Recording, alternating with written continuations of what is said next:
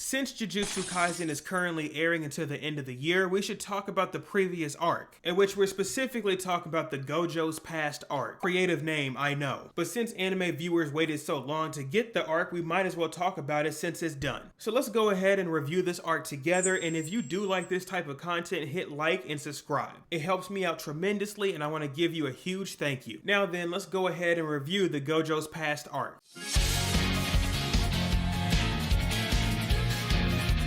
If you're a fan of Jujutsu Kaisen, you know the long-awaited season started a couple months back. Now that we're about to roll into the Shibuya arc, it's a good time to talk about the Gojo Past arc. And this is an overall review on how great it is within the anime. But just so you know, this arc is only 5 episodes within the series, meaning overall it's kind of short. But the question is, does that really hurt this arc? Let's take an overall look at the backstory first. As the title of the video, this is the Gojo's Past backstory. During this time, Gojo, Geto, and a couple of other friends are still in Jujutsu High. Still being high schoolers, they have to follow tasks by their teacher to be better sorcerers. The difference here is Gojo and Geto both know that they are the strongest. Now this is something we all know as viewers even if you watch the first season, but nonetheless the teachers notice it and decide to send them on a mission. These high schoolers are told to find a young girl named Riko. Riko has been labeled as the star plasma vessel and she needs to be escorted to Tengen. Now these words do sound crazy, but Riko has a special property about her. There is a sorcerer within the chambers that has the ability to be immortal.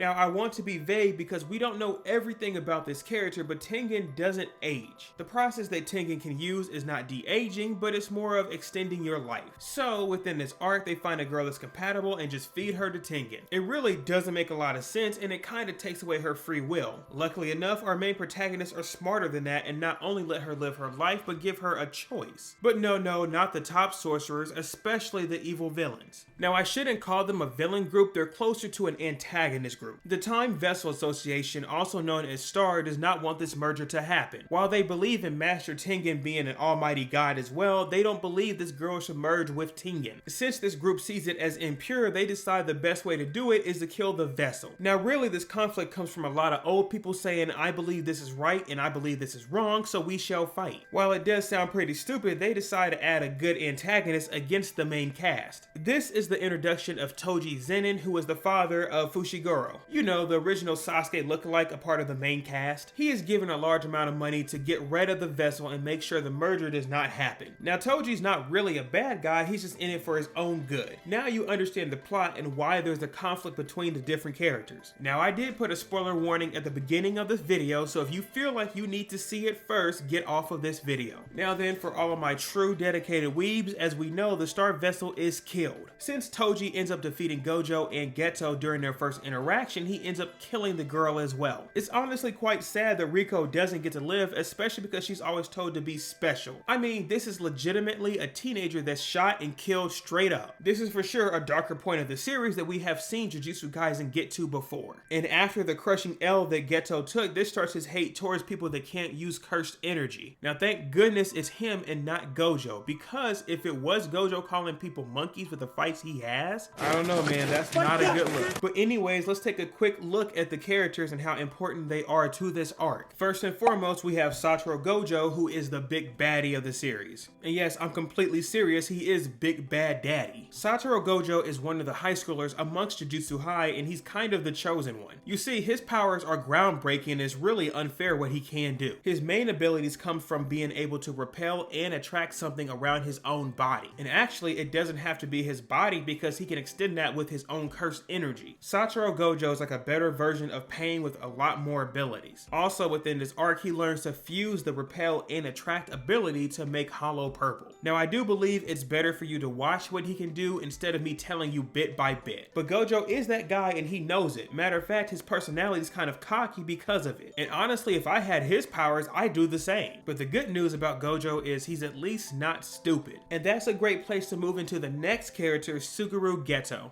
Geto himself is a more in-depth character and takes takes a lot more thinking of what he's going through. I shouldn't say Geto is stupid, it's more he's stubborn in his own way. Within this arc, we see two major occurrences that cause Geto to start hating people that can't use sorcery. The first one that's probably not as big is losing to Toji. Since Toji gave him the ultimate work, he realized he lost to someone that can't even use cursed energy. To Geto, that's basically a stab to the heart. Why even have strong cursed energy if you can't beat someone that can't even use it at all? Even though Geto never decided to go after Toji's head just like Gojo did, you know that was still sitting on his conscience, especially because Toji didn't kill him. The other reasoning comes from once Riko died. This reasoning makes a lot more sense because people basically applauded killing a young girl. Plus, a lot of people in this religious group don't have cursed abilities. So to see someone like that applauds a young girl's death just because it's against their religion? I don't know, man, it's looking kind of like the real world to me. Now, as we know in the current timeline, Geto goes against all people that don't know how to use cursed energy. This includes people that are currently sorcerers. So does he take it a bit too far? Yes, of course. But my guy was having a young age crisis. There's nothing you can say to bring him back. The last big character we should talk about is Toji Fushiguro, also known as Toji Zenin. Toji's not necessarily a bad character, he's just an antagonist. While he does work for this star religious group, it's just to get a check. But since he's also willing to do such heinous things such as killing a young woman, you can see he's kind of a bad person. I mean, we also have not forgotten that he's a bad father to his son Megumi. Now, just him being a bad father and also a bad person does not make him a bad character. Toji's not just a baddie with a slim waist, he also realizes that he needs to make money. And that being said, in a world that strength pays off, he's willing to give up his cursed energy to get that said strength. And of course, once he gets that strength, he'll go ahead and get rid of anyone he has to. Toji himself is not a very interesting character, but it is nice to watch him fight. A character in the Jujutsu Kaisen world that's willing to give away all his cursed energy just to be an assassin is kind of interesting. And plus, he did beat two of the strongest sorcerers, even though they were young. He still did that, and you have to give him his props. I don't want to talk about Riko too much because she's just the girl that's a vessel in the show. But to give her due respect, Riko Amanai was a young girl that had her parents killed at a young age. Her personality is a little bit spicy, but her decisions don't make it seem that way. When she finds out that she's a match to be basically a sacrifice, she's willing to do it. It's difficult because she's not a cursed user, and really, she's not a part of this world at all. So when someone walks up to you saying you're a match, come get tossed, it's kind of crazy she said yes. But as you know, even though she chose to have her life at the end of the day, they still took it away. There's not much more to talk about with Riko, and I do feel as if they didn't give her enough character development. But alas, these are the major players of this arc. Now, to look at an overall summary for this arc, I do want to say this is a great arc. Jujutsu Kaisen's writer realizes that Gojo is the big selling point for this series. So even though Gojo is a big selling point for this arc, the story doesn't really revolve around him. However, they called it Gojo's Past arc for a reason because he is the seller. Jujutsu Kaisen also likes to tell their stories in an anime format out of order. So even though as an anime viewer we are getting this as a second season, the timeline is that this happens before Jujutsu Kaisen 0 and Jujutsu Kaisen's first season. Honestly, it is a smart move to put this as a second season, but it could be confusing for a lot of people. Alas, it's only 5 episodes within the anime, and it's not like we gained a lot from it. The main thing we learned from this portion is Geto's a true crybaby, and Gojo is too strong for his own good. I mean, the man should have died, let's be straight up honest here. But another big important thing about this arc is the regular people aren't as important as you think. After they killed Riko, life just moved on as if nothing happened. Even though it was a young girl that had her whole life in front of her, we instantly jumped into a fight right after. After the 2 fights between Toji and Geto and then Gojo and Geto, that was really it. So as a viewer, you can't help but realize how unimportant a regular citizen is. Since they'll kill you in a heartbeat and they're also ready to sacrifice you to some being you don't know about, it makes you realize that you live in a world with monsters all around you and you don't have plot armor. But overall, this is a nice sized arc and they tell you the cause for future events. There's also characters that have no business being a part of this arc whatsoever. While we see Nanami several times throughout the first arc, we don't see anything of Yu, and the character Yu is literally killed off screen, at which we have no clue what happened to him. Now, I could entirely be missing something, but all you see within the anime is him being in a body bag right after a mission, and they really don't give any time for that mission, so I don't know what happened to him. Did you really need to put these 2 characters inside this arc in the first place? Nanami I can understand because he does have importance in the future, but Yu? Homie got killed so quickly I forgot he was even a part of the the arc. Let's just be honest, you could have left them out of every scene. But alas, these couple of episodes for Jujutsu Kaisen Season 2 were pretty solid. If you don't see these episodes, I wouldn't say you missed out on much, but it is worth the watch. But let me know in the comments down below what you think about the Gojos Past arc. Now then, thank y'all for watching to the very end. I greatly appreciate it. And if you're looking for more anime content, come talk about peak fiction anime with me on this video here. Until next time, I'll see y'all again. Take care.